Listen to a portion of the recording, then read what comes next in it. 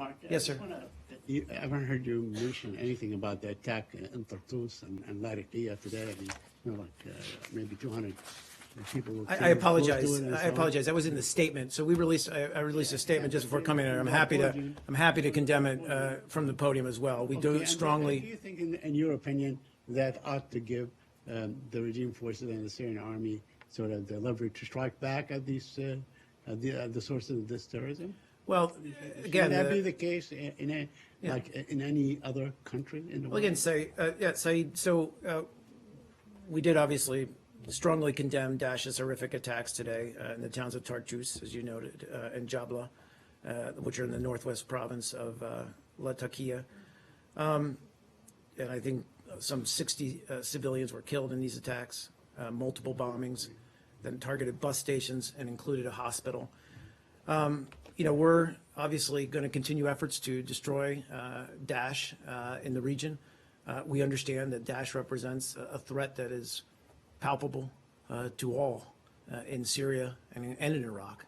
You know, I think what it highlights, frankly, Saeed, is the need, urgent need, to get a political process moving forward that can resolve the civil war in Syria so that all parties can turn their attention to Daesh and destroying Daesh. Yeah, but that relates to the point that Brad was raising. I mean, you know, this sort of intermingling and giving them a pause, so to speak, and being targeted and being struck by forces, be it Syrian or Russian and so on, gives them a great deal of latitude to commit to that kind of act. I mean, to move around and be able to have access to towns and villages and so on under regime control and to strike such as this. So why not, in this case, should not, let's say, should not the Syrian regime have the ability to strike and continue striking these groups, you know, so a couple thoughts on that. Intermingling notwithstanding. Sure, a couple thoughts on that. One is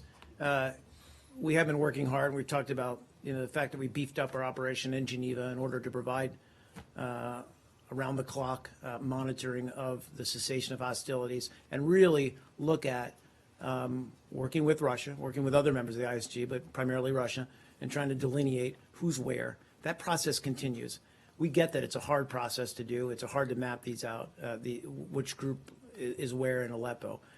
Again, that's primarily our challenge and other members of the ISSG's challenge to address that. It's also incumbent on for the groups on the ground to also disassociate themselves with Nusra. We get that. But again, what we've seen repeatedly by the regime are attacks on supply lines, on other tactical pieces or